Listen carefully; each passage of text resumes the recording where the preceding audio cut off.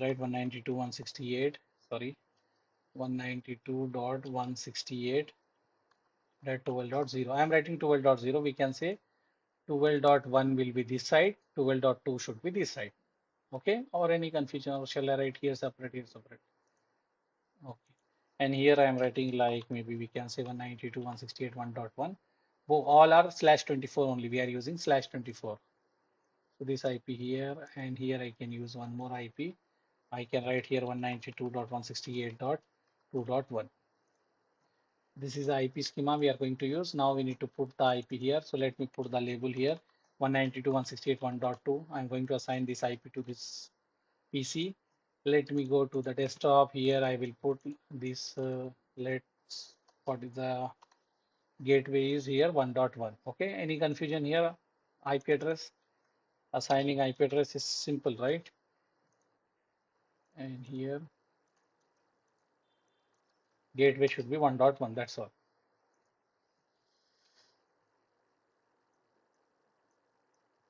Here also let me assign here 2.2 because here gateway is 2, so same subnets you should have. And the gateway is 2.1 because here what we have 2.1, this is a gateway to this both server. I will go to this one, I will go to desktop, I will assign the IP here. Let me change this one as a 2.1.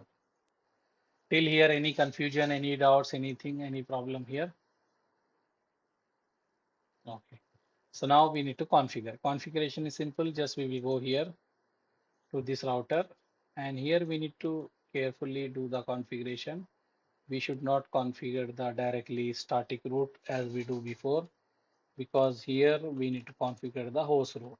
First of all, I will change the router name. Then I will write interface fast Ethernet 0x0, and I will assign the IP address. We know already how to assign the IP 192.168.1.1. Give space 255.255.0, and then we write no shut here. This one already we know. And you have another interface also, that is F0/1. This one, F0/1. Then I will write IP address, whatever the IP we have 192.168.12.1, 255.255.255.0, and we will write here no shut. Okay, and this one is okay, and we can save the configuration here. And let's go here. Just I am doing first of all the basic configuration. Later we will do the routing configuration. So basic assigning the IP address is finished here. Now let me do the same thing here. So I will go here in this router. This is a router R2, and we can go here. I will write here no, and then enable config T host name R2. And then after that you can say interface pass Ethernet 0x0. IP address we can write 192.168.12.2, 255.255.255.0, and write no shut here. And then if you write F0/1, we can write here IP address 192.168.2.1, 255.255.255.0, and we will write here no shut. Any confusion here? Nothing, right? Do WR. Yeah. Any background noise? Anything is coming to you?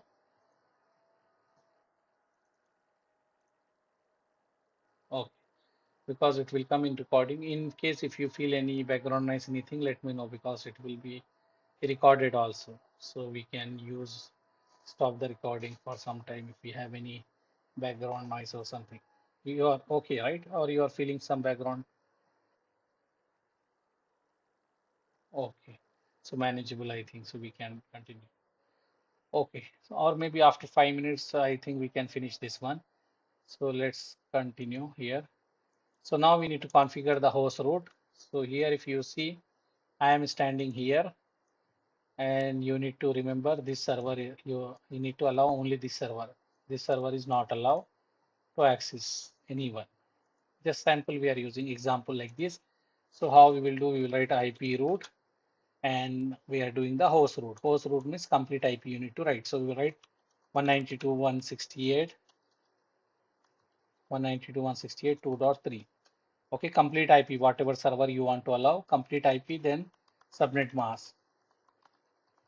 Then next hop is this one 12.2. So you will write 192.168.12.2. That's all. Okay, this is the forward routing. Now you need to do the reverse routing. So reverse routing, what you will do? You will do the complete network. So you will write IP route, and you will write if anyone want to go to 192.168.1.0, 255.255.255.0. Next hop will be 192.168.12.1, right? That's all. Any confusion here? What I done? First I do here in this one, I am saying if anyone want to go to only this server, then forward here, because our manager told only allow this server. Yes, our manager told only allow this server, that is 2.3. So we told here IP route, where we type here somewhere, IP route, complete this IP with complete subnet mask. All the value will be there 255. Then go to this 12.2. Then this one is finished. But reverse means this router should know where to send. If anyone is pinging from one dot some network here, reply should go back. So we are saying router, if anyone is coming from here 192.168.1.1, you need to forward there. Where you need to forward means you need to forward to 12.1. So we are saying if you want to forward 192.168.1. Any network, then you need to forward to this IP. That's all. Same thing as we do static route. That's all. Only special cases here only. Now let's try to ping and verify that one. Because our manager told only this server will allow, not the other server. So if we want to take only this IP, then we need to write this IP and complete subnet mask 255 full time we need to write. Four time. 1, 2, 3, 4, 4 time. You,